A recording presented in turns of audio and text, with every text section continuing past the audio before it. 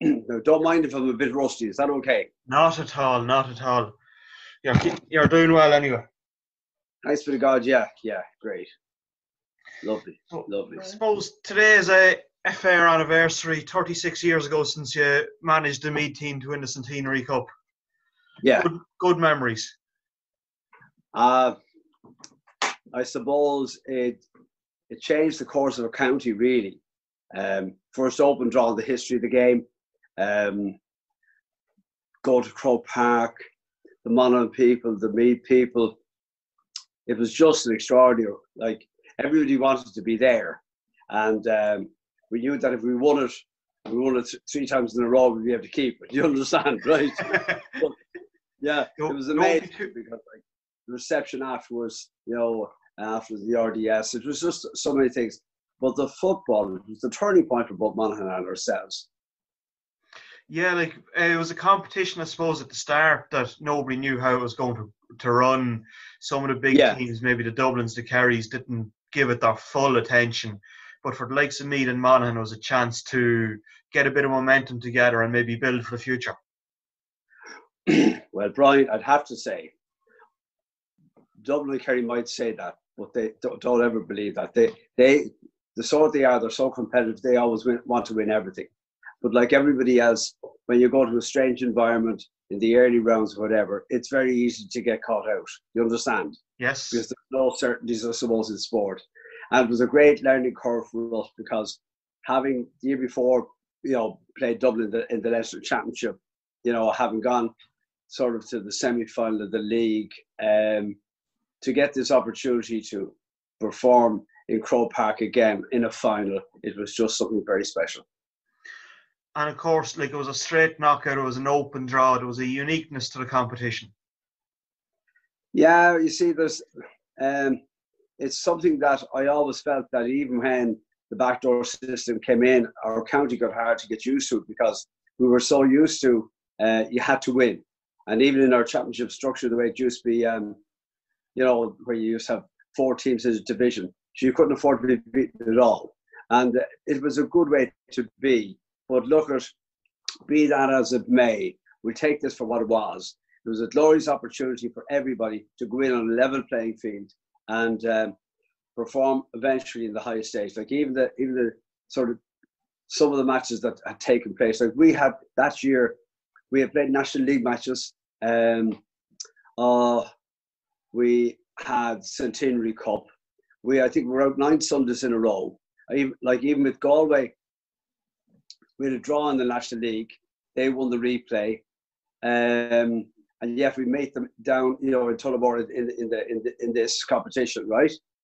And honest to God, the league semi-final was the Sunday before round 1 of the Centenary Cup, and then the replay was the Sunday after round 1. That's so right. There was no break whatsoever.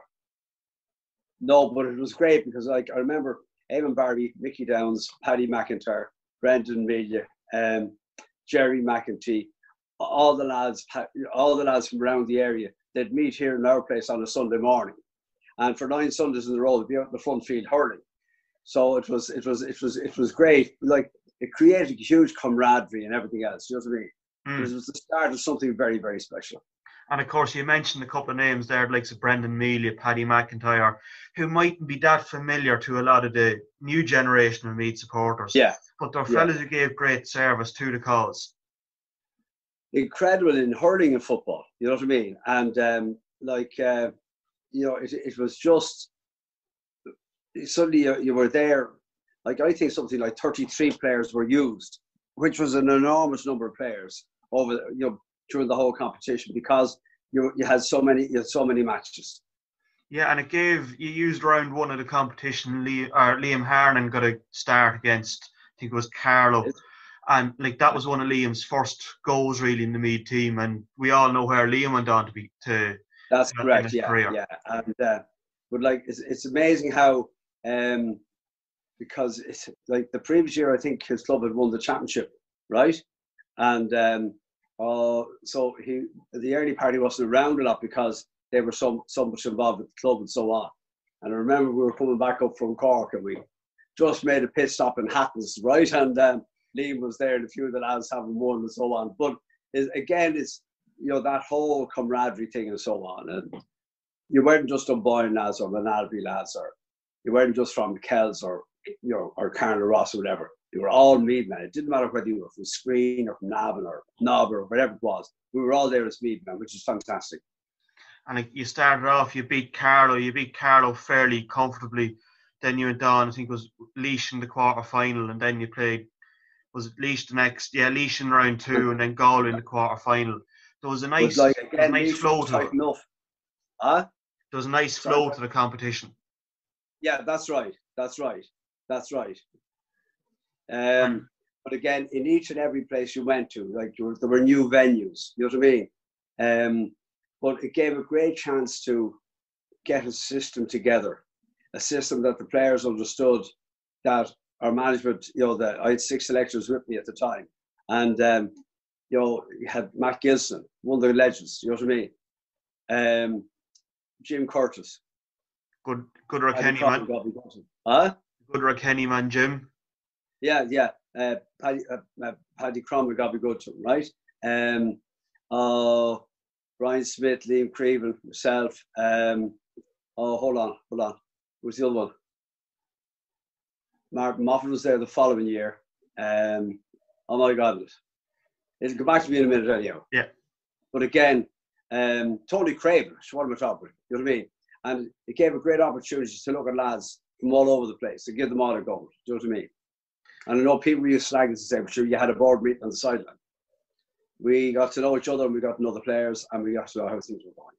And we're having that amount of selectors, everybody was seeing a different thing in each player.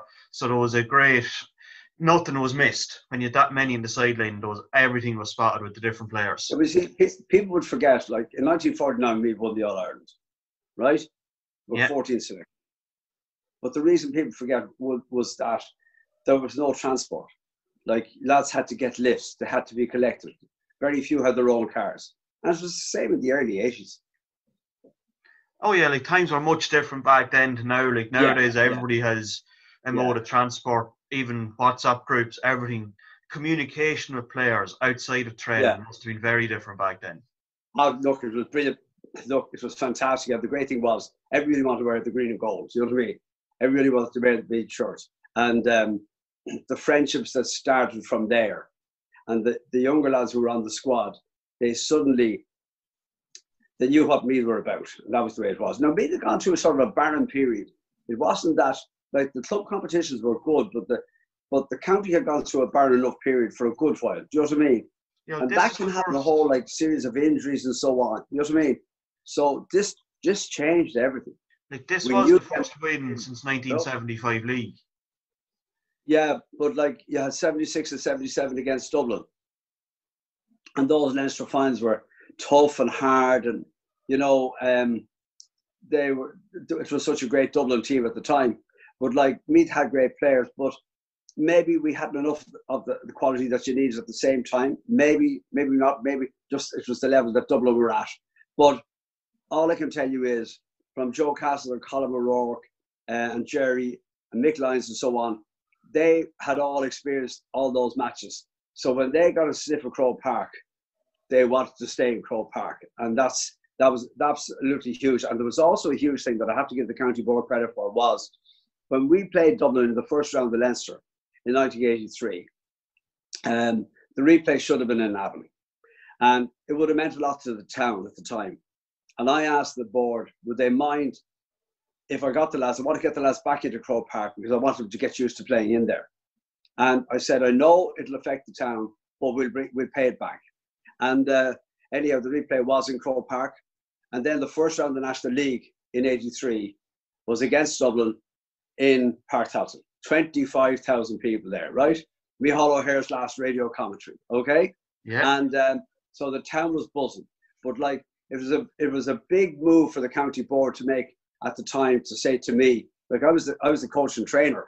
There was no thing as managers at the time, right? And you know, that to have that faith in what you were trying to do with the squad of players, you know. But it was great because we're getting used to Croke Park, and that's where every young fella in Meath you want to play in Park Towson, and then when you get outside of Meath, you want to play in Croke Park.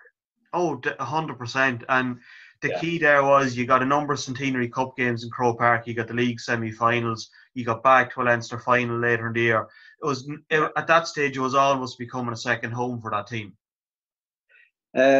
Yeah, it was comical because it's that thing of relishing, looking forward to going into it. Do you know what I mean? And it was a powerful journey for everybody. But the football in it was spectacular. I've often talked to Pádraig Duffy about it and Seán McCaig about it, you know, and they look where they went to in the GAA afterwards, sort of with Monaghan, Seán is the manager, Pádraig's the chairman, and where he went to as Arthur Hore and Seán is Uachtaráin Hair, Uachtaráin come and look at scale and so on. But like what we learned from each other and some of that great team from Nudie to Jerry McCarroll and so on, great footballers. Oh yeah, and they brought through the likes of Declan Lockman and the Murrays, and it was great from that point of view as well as a competition. It was, yeah, it was class, absolutely class. But then you come and you beat Carlow, you beat Laois narrowly. Then it comes to Galway. After Galway toppling you in the league semi-final, you had a comprehensive win over Galway in the quarter-final, and it brings on a nice local derby in the semi-final against Cavan. So always something which gets the juices flowing in Meath football.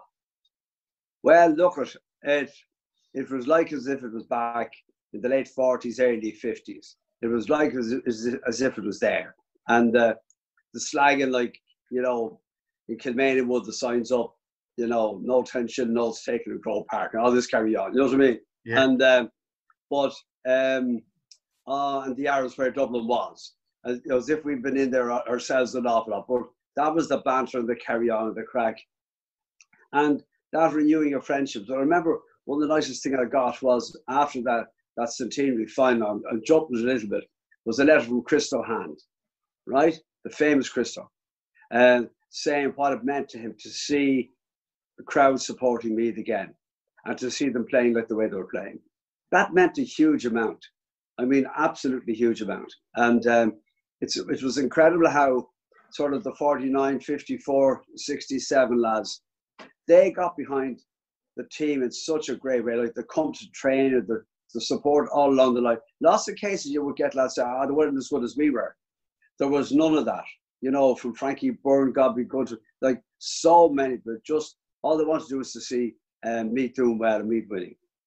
Yeah, and just looking through some of the team selections from the games, Robbie O'Malley played a couple of the games at wing forward. Now, I would have always grown up associating Robbie as a corner back, but it just shows the ability some of these lads had, that they could go and play in different positions. You did it later on in the years with like Garrity and others, but it was a hallmark down through the years. Fellas could fit in different roles in a team. Well, part of the reason was, I remember when Bobby and Bernie were brought in, it was with a view to 2 years ahead. And after 3 months, Bobby was ready. And Bernie was a few months longer. And the most important thing is, if you're ever trying to get on a county team, never mind a club team, but a county team, if you're the best goalkeeper in Meath and you get picked a corner forward for your county, you make sure that you make your mark as a corner forward. Do you understand? Yeah. And Bobby, Bobby was like, at 18, he was like somebody 30 years of age, the way he thought. The head was up. He was like a beacon. You know, so Bob would make himself available. He was able to cover back and so on. But there are twofold reasons for that. One is that the marking is so tight at Intercounty at that stage because all the frees are off the ground. All the sideline balls are off the ground. So Bob will tell you that, you know, apart from having played where he always played at club level and minor level and was a brilliant minor player, that those matches, they would have brought him on so much because you understood, if you took your eye off the ball, if you were watching for who was coming behind you, you were going to be in trouble. Most important thing was get possession first, right? And don't make the move before you have it. But know where you're going. And of course, then you had a great strong spine to the defence. You had Jimmy Fay was back in goals, having not been around in '83. Mick Lyons, we all know about Mick at full back. Joe Castles, who was later in his career end up maybe around centre forward, he was centre back. It was a real strong, experienced spine to that defence. Yeah, and then you had Liam and Jerry in the middle of the field and so on. But again, it was the great thing at that stage, because even with Liam Hayes and, in sort of 83, 84, if Liam ran out of juice, automatically he'd ramble into full forward and Rourke would come out. Do you know what I mean? And Rourke wanted to play everywhere. Do you know what I mean? And was capable of playing everywhere. But that's the way. There was no major issue on the line. It was just that's what was done to sort of you get your breath back on the field. Nowadays you can use so many substitutes. At that stage it was 3. You always kept 1 back, so the most you would ever use would be 2. Do you follow me? But that's again that learning graph. And I remember one stage of one of the matches, Colm arrived back into the corner into the full back line, and he nearly caused the score. And Mick Lyons said, "Don't ever come back down here again. You stay up there, we get the ball up to you." Right? There was no mass defence back then. No, but at the same time, afterwards, I suppose, was proved that when Joe went up centre-half forward, I always remember Kevin Heffernan got to him saying, if he ever thought he could, with the other 5 forwards that Meath had that won the All-Irelands 87, 88, that if somebody was to say to me that the missing link to bind the whole lot together was Smokey Joe. He was called Joe Smokey Joe, because when Joe started for the long flowing hair, and Con Hoolan used to refer to him as castles in the air. He was such an incredible athlete. And that way he used to make himself available. And it meant that it gave Jerry time. Jerry could come back or Liam could go forward. They were always, again, it was an understanding that was it talked about, it was, but also the lads themselves never, to forget about us selectors, they never stopped talking about it. You know what I mean? They always wanted to make it happen. And oh God, it was a royal occasion. It was something else. That Cavan match was a great match. I suppose then, from my own point of view, locally here, your half-forward line as you headed towards the final, you had Colm Kyle, who's made his championship debut in 83. He scored something like 2-5 over the campaign in the Centenary Cup. Yeah. Matty McCabe came in for the luckless Eamon Barry, who missed out on the final through injury. And then you had Liam Smith from the neighbouring St Mary's. Yeah. Liam was a name that I would have grown up hearing about what he had done over the years. Kind of got hard to get onto the team in the early 80s and then established himself in the mid 80s. Yeah. A really great free taker looking back at the game on YouTube. But the best goal getter we ever had. Matty. He'd get a goal out of nothing. Smithy, you know what I mean? And when sort of Bernie and Finno and all those lads came in, Liam was such a valuable man. Like his encouragement always to lads. All he wanted was to win. And like he had an engine to die for. But like if you take the other 2 lads, like Matty, the vision that Matty McCabe always had. He had vision, like I'd say John O'Leary had nightmares about him. He nearly always scored a goal against him. You know what I mean? Yeah. And Colm Coyle, what can you say about Colm? I remember at that time we played Kerry in a National League match down in Tralee. And Liam and Jerry were both injured. And or Jerry was away, sorry, he was in England. And so it meant that we had to have a new midfield. I remember saying to Colm, I said, listen, would you mind taking Jacko on Sunday? And you know what he said to me? Oh, it'd be a change, he said, for him to have to follow someone else. And that's the confidence and the belief that Coyle had and the know-how. Like, he was an extraordinary minor. Self and Liam Hayes, like they were, and Finno, they were just incredible. And but it was just miraculous the way it all came together. You know what I mean? And of course, like Kylo went on and he played 48 championship games over the career. He finished up in 97, 98, that time frame. Yeah. Like a real loyal, long time servant for the cause. Yeah, it's a really difficult times because, 86, 87, 88, mass unemployment, 23% of the population of Meath, 17% of the population of Ireland. And difficulty getting work.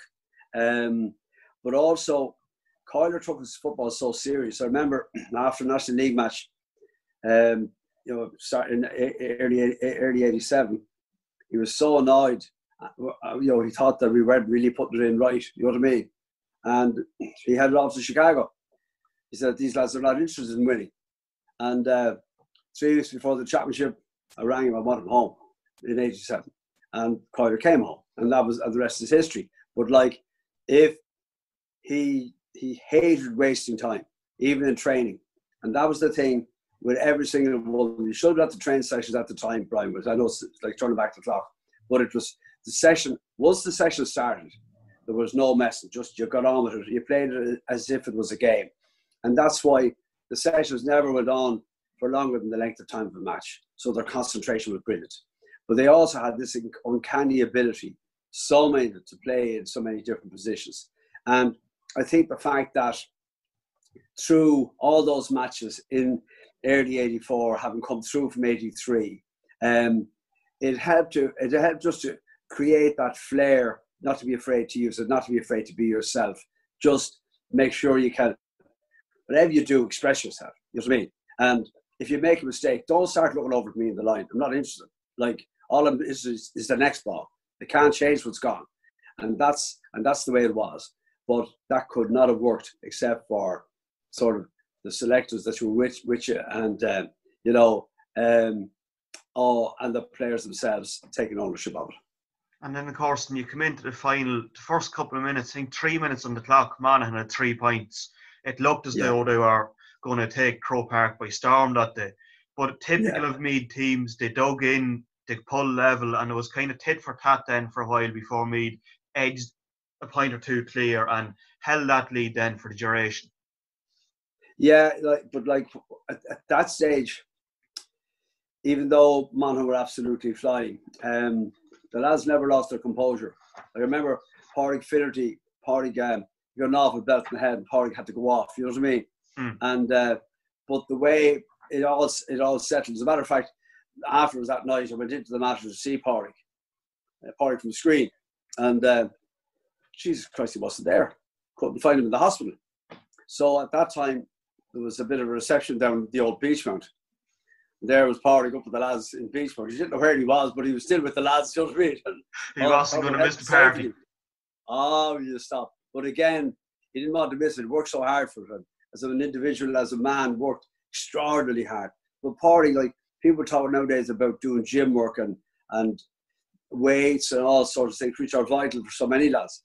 But people like Pádraig Finnerty, honestly, guys, you'd want to put him to a ballet to try and loosen him out. He was so strong, physically strong. But his intent was always on the ball. And that was the big thing. Like, you know, we had Willie Rogan in, we had so many lads, and Johnny as well. Like, everything was on the ball. And looking back in the game, one of the notable features of the final was Monaghan deployed Nudie Hughes. He came out from corner forward as a third midfielder, but Pádraig Lyons followed him. And I thought Pádraig Lyons was outstanding in that final. He was the man of the match. Scored a point. He was brilliant. Yeah, Pádraig, I remember 83 we played Galway below in Navan, and we got a penalty. And Jimmy was in the goals, right? And so it was down at the hospital end. And Pádraig, the minute we got the penalty, Pádraig ran up to take the penalty. And Jimmy Fay went over to the umpire. He leaned up against the goalpost and he said, "This is either the back of the net or it's in the swimming pool." Remember the swimming pool used to be with the car I do indeed. Right? Yeah, it's where I learned to swim. But that was Pádraig. But Pádraig was extraordinary football. Like, people would get hard to understand. Pádraig never played overage football for me. But like, he was such a the man was so strong. People were talking about Mick and Harnan and all the rest of them. Pádraig was just like teak, you know what I mean? But a great footballer. And then there was other key matchups in the final. Martin O'Connell picked up Kieran Finlay. Kieran is probably better known to my generation as Paul Finlay's father. Yeah, and then the Jap Lord be good to him. Yeah, and then there was Joe Castles picked up Ray McCarron. Like, Ray McCarron was a pivotal figure in that team. But Ray McCarron was never going to get it easy off Joe Castles. Yeah. Well, you see, there was a lot of pride at stake. Remember, lads had gone through 76 and 77, you know what I mean? And so there were a lot of memories there of what it was like. So they were ready and they relished it. But like if you get it easy, it's hardly worth your while playing, Brian. You know what I mean? It's that having to earn it. And that's exactly what they did. Nothing boastful. Like Nudie Hughes, lots of younger viewers might realise, he got an all-star as a corner back and as a corner forward. Like, he was an extraordinary player, and going through a rough time at the moment, and we wish him well. But like, and you talked about, Paul Finlay, and Paul came to Australia with me with the international rules. But his father Kieran the chap was a great player as well, wonderful player, and God be good to him, he was taken early, but a great player. But like, you wanted to be on your toes. If you gave him half an inch, it was good night, Irene. You know what I mean? But then another fellow who I haven't mentioned so far, he's now a selector with the senior team, is Fino Murta. Fino was a corner forward there, 11 points over the course of the Centenary Cup. A great corner forward on that outfit. Yeah. It was the highest, Stephen Corey were the highest scorers, weren't they? Liam Smith had 16, O'Rourke had 15, and then the two lads came in with 11. The two lads came in, sorry, big part. Yeah.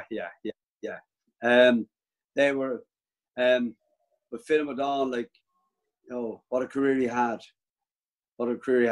8 senior championships, 5 Leinsters, 3 leagues, 2 All-Irelands. Not bad. Will you stop? But did you ever hear Fino boast or talk about himself? Never. Not once. Never. Not once, no. But all he wanted to do was to play and play well, and an incredible team player. And one of the things that I often regretted with the way the system was at the time, the fact that you could only use really 2 of your 3 subs, because it was really difficult, because it was such a physically strong game at the time because of the close contact, that if you imagine, like, if you could have had even the 5 subs like today, maybe those lads would have gone on for another 10 years and be around for the next centenary. Huh? Would be great, wouldn't it? But then Brian, to stop.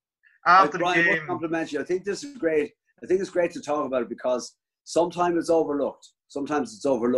And I remember a very proud Meath team being outside Dalgan Park in 1988, having won the All-Ireland. And Father Murray was the president of the Columbians at the time. He was a Roscommon man. And he wanted a photograph with all the cups that the lads had won, right?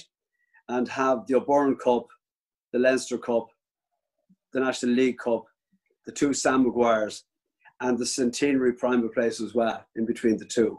You'll never see it again. No. Well, I'm a firm believer. You don't know who you are unless you know where you came from. And the Centenary Cup, to my mind, was the pivotal thing in driving on for 87, 88 and so on. I know there's the blip, say, in 85, but no road to success ever runs smoothly. There's always a blip somewhere along the line. Well, that blip in 85, Brian, that changed the course of history, in that 6 of the players came to me one night. In your mother's kitchen. In mother's kitchen, yeah, and you wouldn't see them with Mammy smoking, but I didn't know they were coming. And she said, go on up the house now, you lot, and sort this out. And 6 of the lads weren't expecting them. And, it was, where have we come from? Where might we go to? Would I be, see, this wasn't personal. Would I be good enough to be involved with them? Because remember, I took this for a short space of time and never had any notions or pretensions in the blessed world. But once that night, Pádraig Line said, will you put your shyness in your arse pocket? And that changed everything in that way, that from then on, every team meeting we had, the chairs went round in a circle. And as best we could, we tried to have the windscreen clear, before we went out and played. Did it always work? No, it didn't. But most of the time it did. And if you have certainty in a time of a crisis or under awful pressure, if you have that, knowing that he'll cover for me, I cover for him, you know what I mean? It wasn't, there were even lads who wouldn't have got on all that well privately, do you understand? When they came together as a team, they were unbelievable. Remember, some of them were very young, some of them were there a long time. But as a unit, that defeat by Laois, that changed everything. It brought us then to the next stage. Yeah, it was probably something that was nearly needed on the road for that team, because they've seen we could be going somewhere. We've hit the roadblock. Do we stick, or do we twist, or do we drive on? And I suppose human nature being what it is. You say to yourself, you've come 83 Dublin, 84, then get the Leicester final, win the Centenary, beat the semi-final of the league after replay. Well, we know how to do it. But the great thing about sport is you never know it all. You have to keep learning, and you have to keep adapting, and you have to keep changing. And more importantly, to understand that, you know, whereas you may have been a surprise at the start, now everybody knows everything about you, because things like videos came in, and people could, you'd have lads of matches, video sessions, and so on. Do you know what I mean? It's like you and I talking here now, but like it was an incredible facility. But again, all of these things brought it to a different level. But remember, even at that stage, you know, the club championships, it really built up, and the leagues, they all got established. The underage development with Johnny Sullivan and Fintan Godby Goodwin and Pat O'Neill, it was what was done at underage level. You know, the Tommy Mans, the Duffs, and they were great people. Matty Kerrigan, and then you had Paul Kenny. But that period, sort of from winning '84, people would forget, like, there were great players like Tom Matthews, who scored 5 points one day in All-Ireland semi-final against Kerry. If ever, like, Liam Hayes would tell you, he probably was the best midfielder he ever played on. Tom from Meath Hill, is it? Meath Hill, Tom yeah. Meath Hill, man, yeah. Yeah, he was. But what happened? He broke his two wrists. He went up that high when they came out. He broke his two wrists. And that's what finished his career. Would he be a cast iron certainty? Like, he scored 5 points off Tom Spillane in an All-Ireland semi-final, Croke Park. And then, unfortunately, and there's the fortunes of life, Was he still a fanatical player and a great player? He was, but that's what would have deprived him or stopped him, whatever, But then, you went back the day of the final, there was a reception for the four teams. It was a Cork and Galway in the hurling, yourselves and Monaghan in the football, back in the RDS. In the RDS. Four of the sponsors laid that on, and then it was back to the Beachmount, back to the real homecoming in Navan. Yeah. It must have been a really special thing to be bringing a national trophy home. It was very special because it was the first time after a major final that the hurling and football teams came together. And not only the hurling and football team, but the supporters were there as well. Their families were there. And that was lovely, And it was a special occasion, a really special occasion, like 100 years of Gaelic games and official Gaelic games, like the hurling, go back to Cuchulainn, you know what I mean? But little did the people who set it up, first of all, many, many years ago, Blown Hurlers would have thought that it would have gone to where it went then and where it has gone to since. Yeah. And just... It's a great big part of it.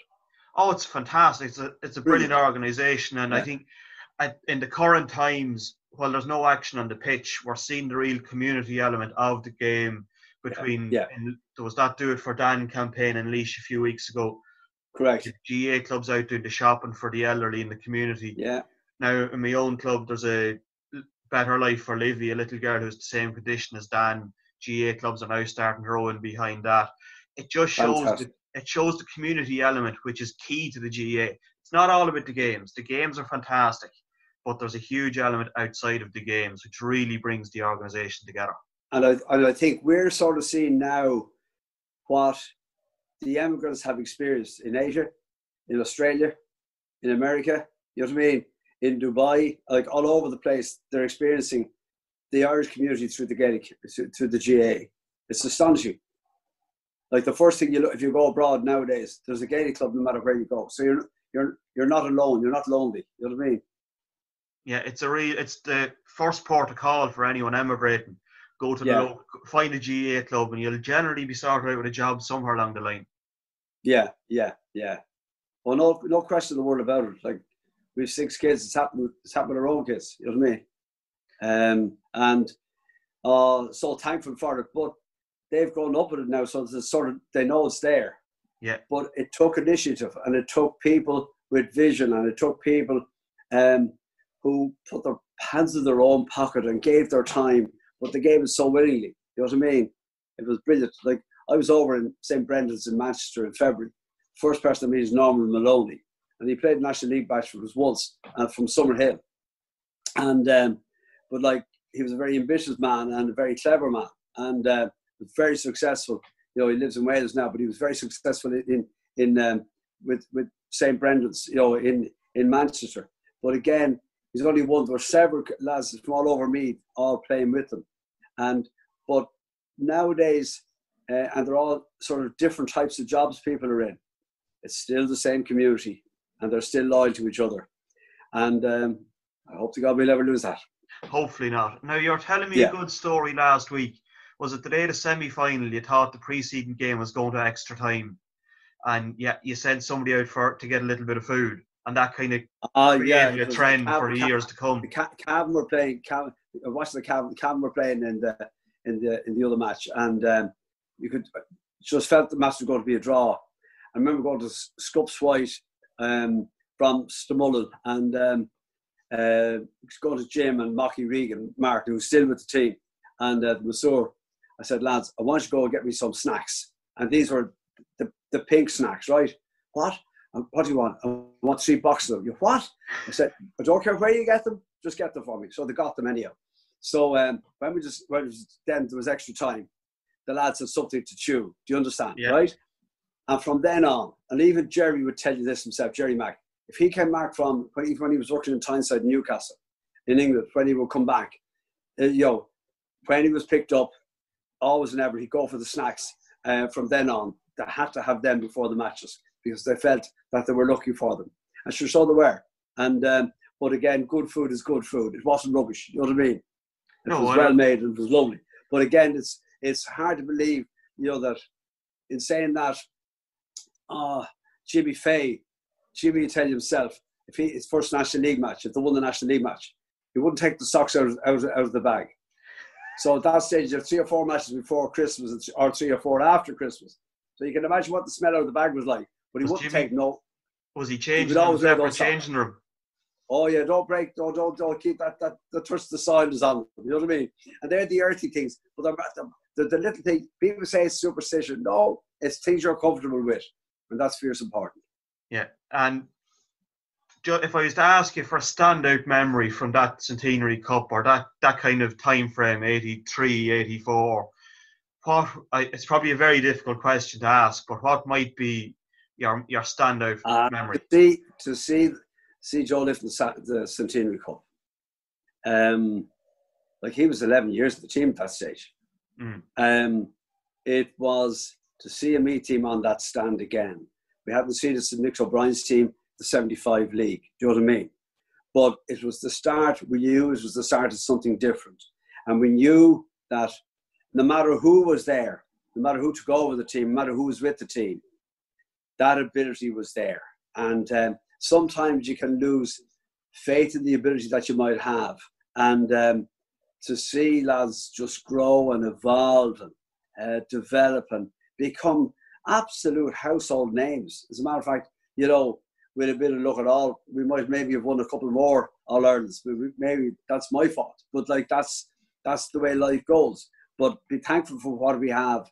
And more importantly, the memories that we have, they were extraordinary occasions. Extraordinary occasions. Even when the lads went on the All-Star trip to Boston in 1988, in April 88, went to Boston, went to San Francisco. And because we were coming back to play a National Football League replay against Dublin, I said to Mick beforehand, I said, Mick, we're going to have to do a bit of work when we're out here. And Mick said to me, Mick was captain, he said, would you mind, Sean, if I spoke to the team? I said, I'd be delighted. And Mick said, lads, we're representing our country. We're representing our county. We're representing our clubs. Now, he said, we're going out here to play these matches. And we're going out, he said, to play the best of our ability. Now, he said, we won the All-Ireland last September. We had our holiday in January. So now he said, we're going to do what we have to do. And if Shawnee wants us to train every day, we'll train every day. Now, we go out every night, but we train every day, right? And again, they came back and everybody said, because you were coming back from,